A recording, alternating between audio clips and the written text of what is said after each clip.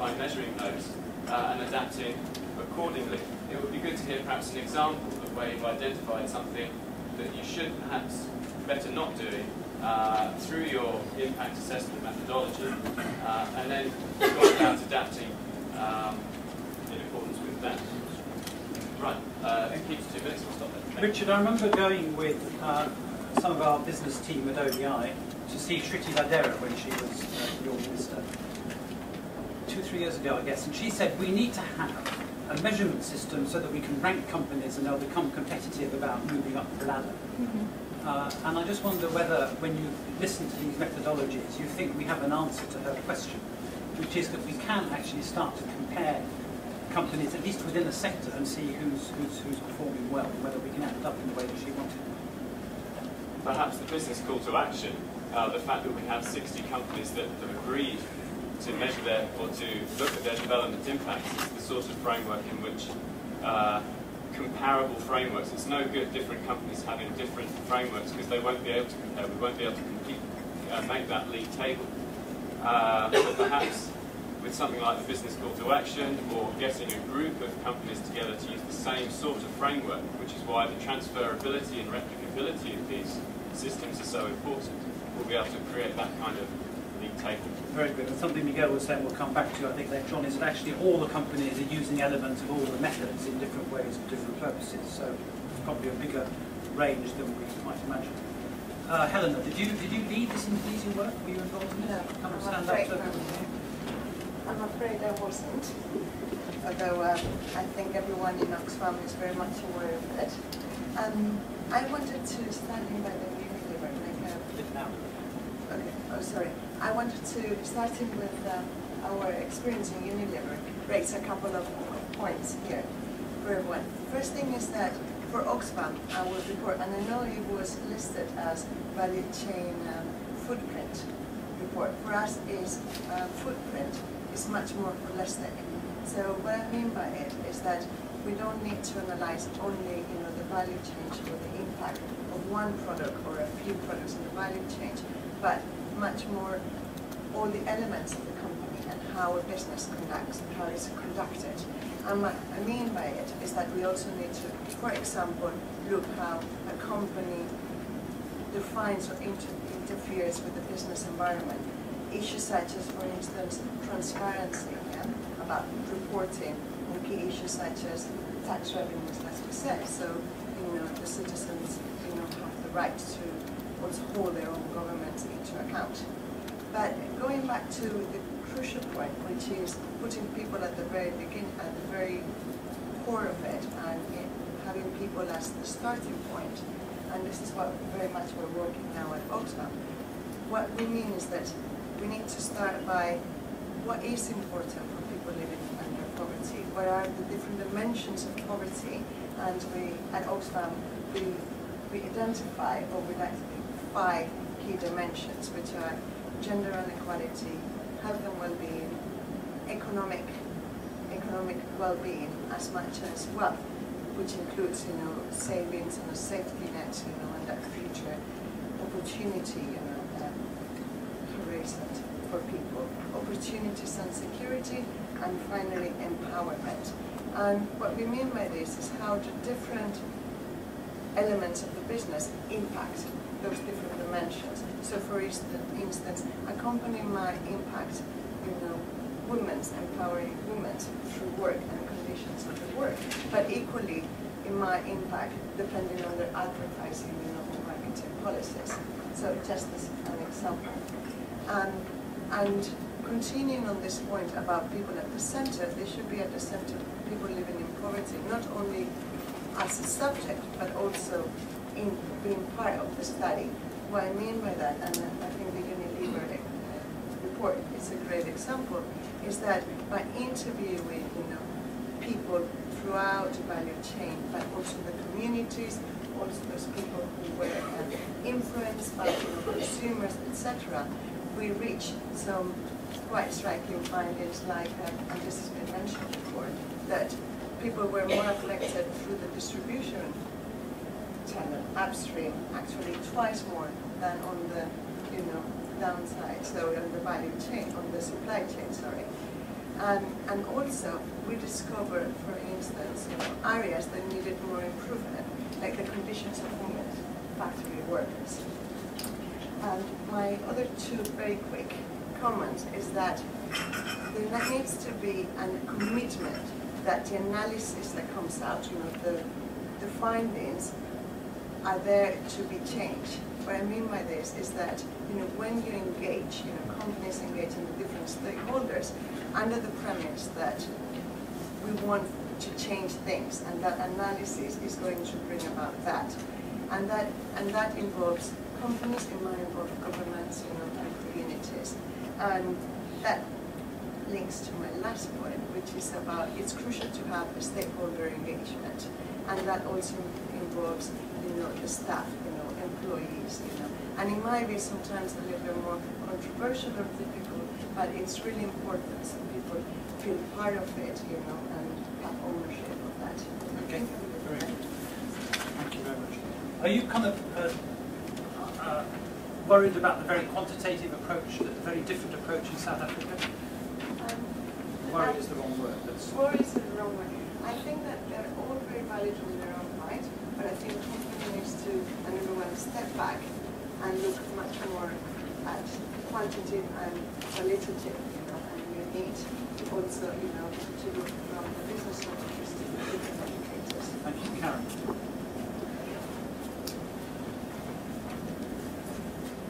We heard from Caroline right at the beginning about the use of the Global Reporting Initiative and the UN Global Compact as examples of what we call the scorecard approach. And I don't think any of the other speakers really focused much on that. That is obviously a very valuable way for companies to report on their performance against a specific set of indicators or principles. The problem with that is that many of them don't really focus on economic impacts or development impacts very much, as Caroline pointed out. They tend to focus on human rights or labour standards or environmental performance. The Global Reporting Initiative does have an economic impact variable, which was on the presentation, but that tends to get reported on at group level, so companies talk about their overall economic impact as a company, as opposed to their impact within a developing country context most of the time, so you can't really draw out the development impacts from that. Also, that indicator is very sort of aggregate level, so it's asking about total revenues or total level of community investment.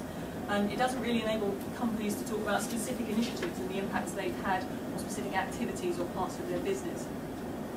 Also, it doesn't really provide a very good sort of benchmark for companies to compare themselves against best practice or against each other.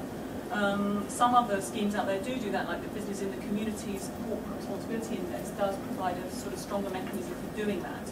But that doesn't really have anything on it in development, or not very much. So we do think there is a gap in the market for some kind of mechanism which does take into account in a bit more of a sophisticated way the development impacts of the company. And as luck would have it, ODI does have a proposal for how this could be tackled. As some of you will have heard, last year we were talking about an idea for a good for development product label, which would be applied to food products in supermarkets. We've moved that idea on quite a lot since then, and we're now talking about a good for development company mark. So it would be company-wide, a badge that companies could use on their marketing literature, not on specific products necessarily, but more generally to talk about their overall performance. We've been working with Jeff Knott, who is an independent consultant, and developed a set of indicators that companies can score themselves on in terms of their performance and contribution to different Millennium Development Goals, the UN's Millennium Development Goals. They're much more detailed than the GRI provides, for example. And if they score enough, then they get to use this mark. So it's just a proposal. We want to consult about it with business over the next couple of months. There's a two-pager out on the table for people to read if they're interested. If you'd like to give us any comments, we'd be very welcome, and we'll be organising a consultation meeting over the next few months as well. Very good, thank you. And your address is k.ellis@odi.org.uk. The thing that's interesting, I was going to raise this with everybody else as well, is about the choices people make as their scoring points, if you like. I mean, are there trade-offs between having lots of people engaged in the supply chain at one end and paying high taxes the other end, for example? Do you intend and try to advance equally across all aspects of this exercise? When you're doing your scoring, having had a quick look at your original proposal, you get different numbers of points for different things, don't you? And how have you decided how to balance the number of points? Oh, well, that was something we would want to consult about. But the idea is that, for example, if a company is having an impact that has a range of different kinds of impacts that contribute to more than one Millennium Development Goal, or in a particularly dynamic and potentially, large way, even indirectly, then that would be captured. So it tries to enable a more sophisticated way of scoring, so that a hospital isn't necessarily the same as a whole new best practice supply chain management tool. There's different ways to achieve your points. Trade-offs, opportunity costs, choices, complementarities. Let's just take half a dozen very quick comments. We're on the record. Please stand up, say who you are, say something interesting, sit down again. We'll start over there, and then we'll come back to the panel.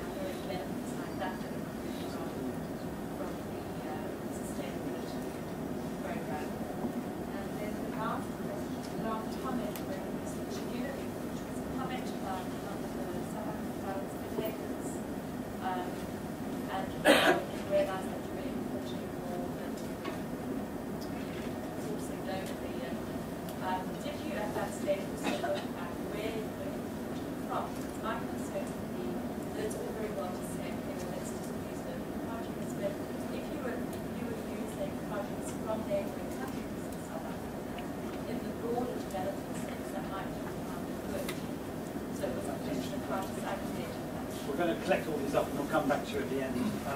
One, two, yeah, you first.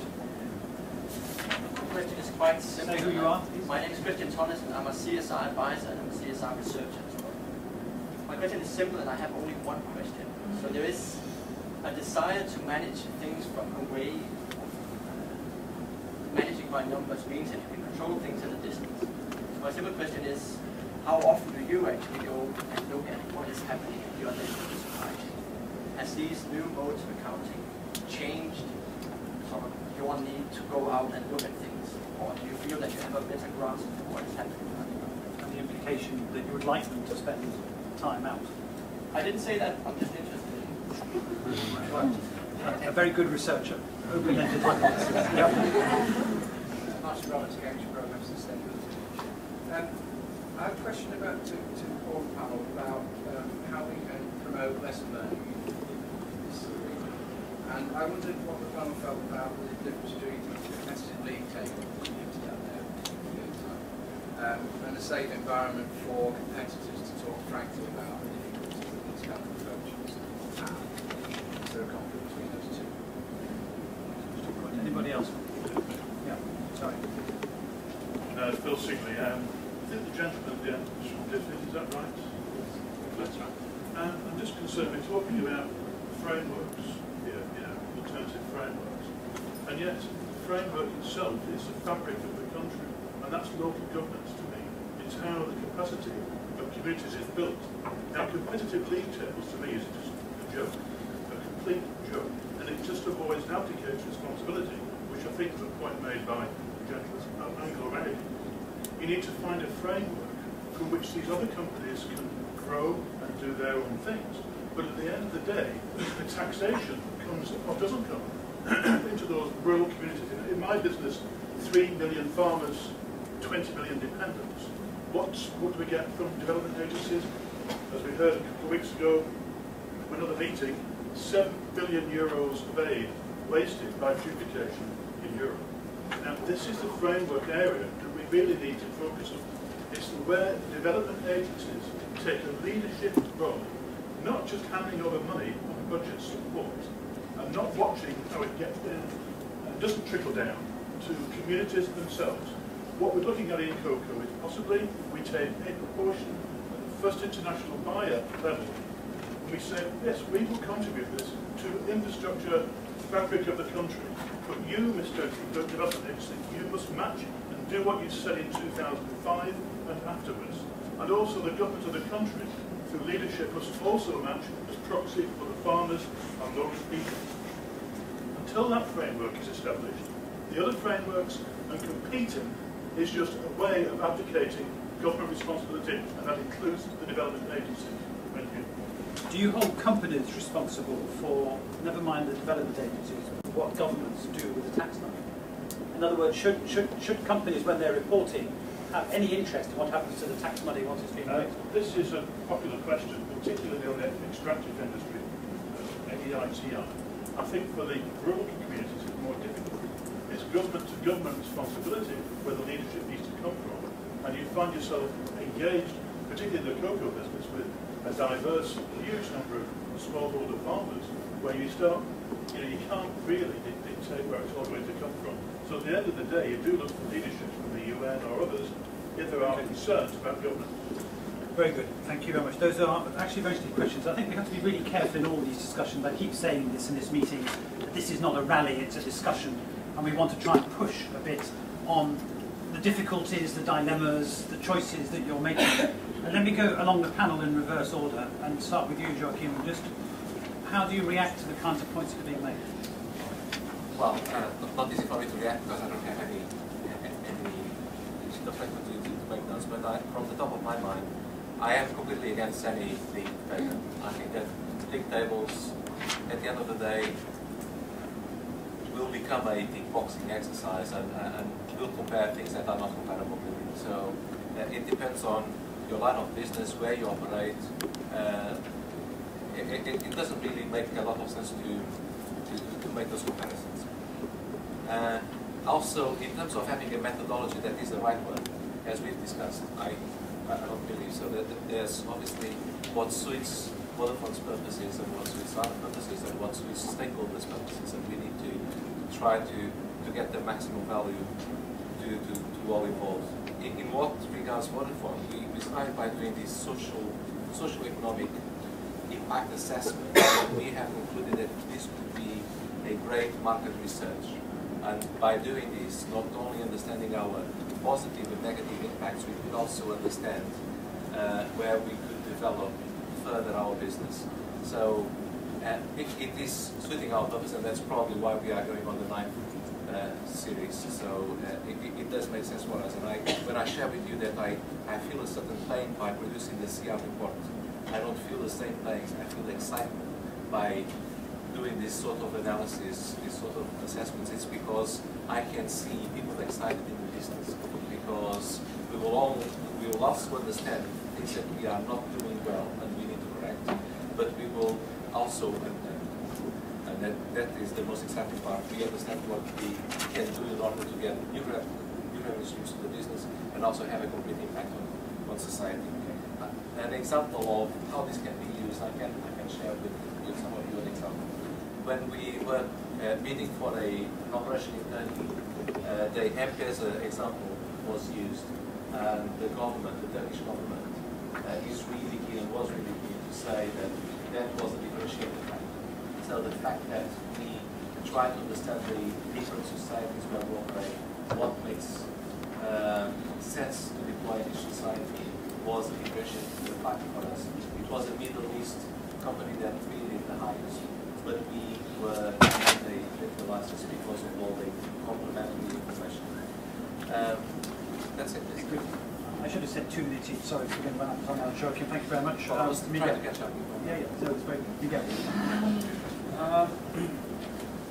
Okay, I think my comment from earlier was that I was asked to talk about a report and to contextualise that report, but actually what we're trying to do, I think we have to understand that these things, we use different tools for different purposes in our business, and in some cases it's about gathering insights and understanding. Footprints is one way of gathering some of those insights. It's then a question of how you apply those insights, as was said before. There is also an issue about how you integrate it in business strategy, and I think that's the other critical test actually. It's about integration. And in our case, we're doing that, a lot of the work we do through our brands, so we have a whole process we call brand imprint, which looks at the social, economic, and environmental impact that a brand has, and then looks at the key stakeholders that the brand impacts.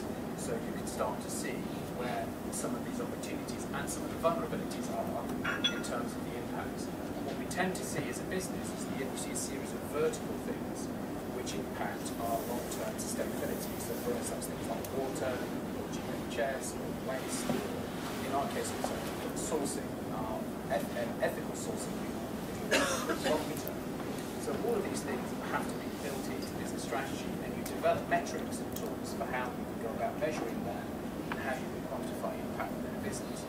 Then you have reporting, which is another way of communicating what you can share in terms of external communication with key stakeholders, and then this whole debate about benchmarking and how you can make comparisons. And we therefore use these tools in very different ways and different purposes. And I only talked about one very small example of one thing we do as a company, but there are many, many examples of that. Specifically, to answer the question that was asked of us, I think the issue in South Africa, you're right. I mean, one of the biggest challenges we've got in Africa, actually, is the lack of interregional trade. And actually, if we can overcome those barriers to trade, particularly for in raw materials like in agricultural commodities, it will do a lot to alleviate the difficulty that you have, because you can't get access to raw materials from often from neighbouring states in Africa in ways that are both reliable and competitive. So we have a whole raft of work that we need to do around both things like infrastructure and around things like even down to tariff issues and corridors and things like this nature, which we talk a lot about as a business because our long-term viability is very closely interlinked. So my reason for saying this, we were discussing this issue. Often our challenges in terms of the sustainability agenda is that we can only do so much or address so many of the issues that need to be addressed. What you realise is that a lot of other stakeholders have to play their part, and the difficult task is how you get everybody to do that. And we have supply chains that we have an interest in buying ethically sourced raw material from, but if we don't have a port to get it through, or we have no roads that enable us to transport it, or we have high custom barriers that prevent us from bringing it in, it won't work. So you have to find ways of working collaboratively with the other stakeholders to advance this agenda. The new bit that's interesting for me is the bit that's about companies that are not in related sectors finding themselves now engaging in ways that are interlinked. So Anglo, talking about its work with farmers in local communities, building up local supply chains for local farmers. Vodafone talking about offering farmers the opportunity to know the prices of raw material commodities and creating low-cost banking options for smallholders. These things are actually quite good in terms of providing the enablers that businesses like Unilever need, because that's not our core competence. So the only way we can do this is if different companies leverage to their strengths. And we need to find new ways of doing that. And I think that's the challenge that we're all facing in the future. And these tools, I don't think about benchmarking. It's about creating ways of getting people to basically do more collaborative work rather than trying to kind of point score between Vodafone and Unilever and Anglo, because we're very different businesses with completely different footprints, completely different strategies, and we're comparing apples and pears. That would be my answer. Okay. As you answer, could you pick up this point about are the banks, the Swiss banks, doing it already? No, I mean there are commercial assessment methodologies. The question over there. Right. Sorry. So this is Sam James. I'll try and do that. First of all, a question from Richard about whether seed was improving our business, and why to the extent we do it, what the business case is.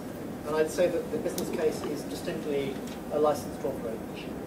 we believe that mining is a long-term business. It requires access to land and resources. It's entirely dependent on a governmental license to operate, but is increasingly also dependent upon the willingness of communities to have us as neighbours. The legacy of mining in many countries is by no means all one way, and therefore to manage those impacts in a professional and sensitive way with a broader understanding than just sort of, well, we're only responsible up to that point, the criminal offence, trying to understand what we are causing to happen all around us seems to us to be part of earning a continued license to operate. We also have an interest, because we're long-term, in stability. So, for example, looking at community health issues from two perspectives. One, from the point of view, does the community think that our presence is causing a problem? And if they do think that, well, we need to see if that's true, or if it's not true, we need to find ways of making certain they see it's true, and they're taken through a journey that convinces them that their perception is not the right one. Not rather than just saying the science is wrong, you've got to go through a process of engagement. And secondly, on an issue like HIV/AIDS, the infection possibilities don't stop at the perimeter fence. So people will have sex with people in the community. So you can't say, well, it's only workplace programs we're interested in. An understanding the dynamics of the community is a critical way of making an effective intervention around HIV/AIDS. You asked about whether or not we can adapt the business to avoid negative impacts. Well, point one is really to understand the indirect impacts. We understand pretty well our direct ones, but actually understanding what's going on in the local population in terms of population movements, pressure on services is critical. I can think of an example where, through the engagement process in Zimbabwe, we realised that we were hogging too much land, some sugar estates which we don't actually own anymore.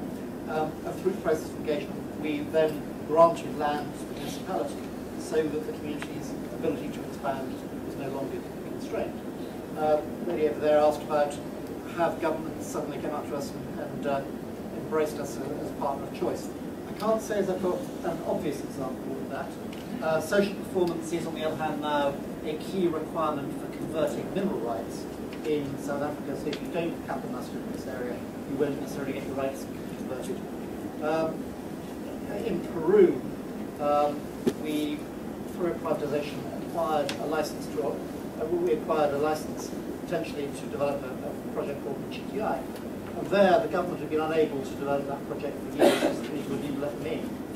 We, through, I think, a good track record and a very good team on the ground, have, after a year, got a social license to explore, and there's a good dialogue going on there. So I think that with that particular interest group, investing in a good reputation of these issues has proven worthwhile. And if I think about the Brazilian Development Bank, who are making a major loan to us for one of our Brazilian iron ore projects, they did that in part on the basis of what we were doing in our base metals business in Brazil. So there is some incremental evidence. One more. I was going to do two more.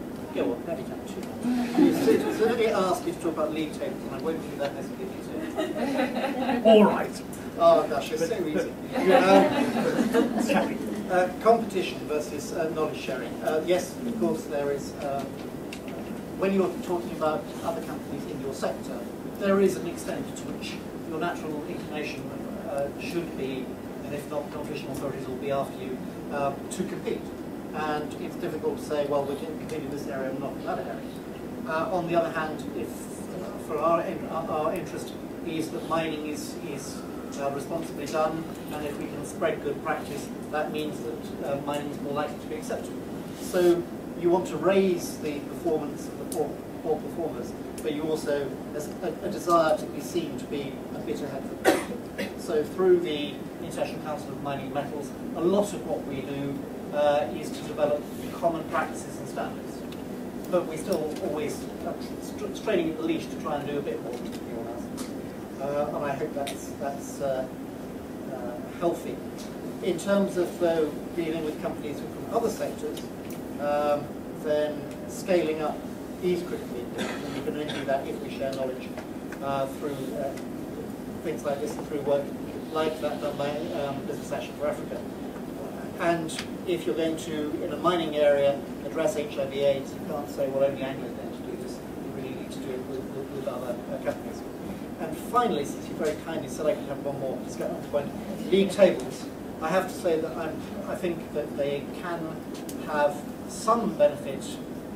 DITC, Dow Jones has actually prompted us to look again at what we're doing. I think actually trying to rank on the basis of whether you've got 95.6 or 97.2, when an awful lot of the marking comes down to exam technique, is questionable, but having some sort of thresholds. Very good. And just the answer about, do you go out to the field more or less as a result of these new things? Each of you, yes or no? Yes. Yes. Yes. Yes. Yes.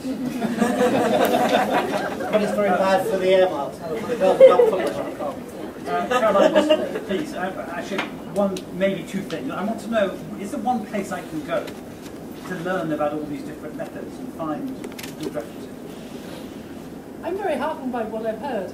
When I had a quick look last night at the feedback from the survey that some of you did online, I was quite surprised that the reason for being interested was not so much to do with proving, but improving. And all the cases we've heard, the decisions have actually had an impact on what you've done something differently. That's the heartening message I take from this. On your question, on the one about sharing, in the public domain, there doesn't seem to be that much information on sharing. Maybe it's being done privately behind closed doors, in which case it's great. So no, when we did the framework paper that this presentation was based on, I didn't actually find anything else that was comparing the different approaches that are being done, which is why it's in that framework paper, which is full of references, and the resource centre's got loads more on it. Good, and as usual, we have the website and the blog, whatever it's called, available for you to contribute further sources if you want to. And on the issue of sharing, by the way, anyone who is interested in the SEEK methodology, the first version of the manual is there on our website, www.angloamerican.co.uk. Available for downloading, and if anyone wants to talk about the second level, we're happy to talk about licensing that. We only require licensing to ensure we've got some control of the organisations that say their methodology. Okay, very good. But if you could also post the link on the site, so that would be really helpful. Now, we've changed the plan, never mind. We're going to hear from Marie Rosenkrantz from CDC. Then we have three people who are going to speak from the floor. Mike Barry, who's Head of Sustainable Business at Marks & Spencer's, who's also spoken here before. Graham Kluwer, Ethical Trade Manager from Body Shop. And Jessica Davis from the World Business Council for Sustainable Development. Marie, you have sort of 5 to 7 minutes or so, and then the others will get you to come from the floor and give ourselves more time to participate.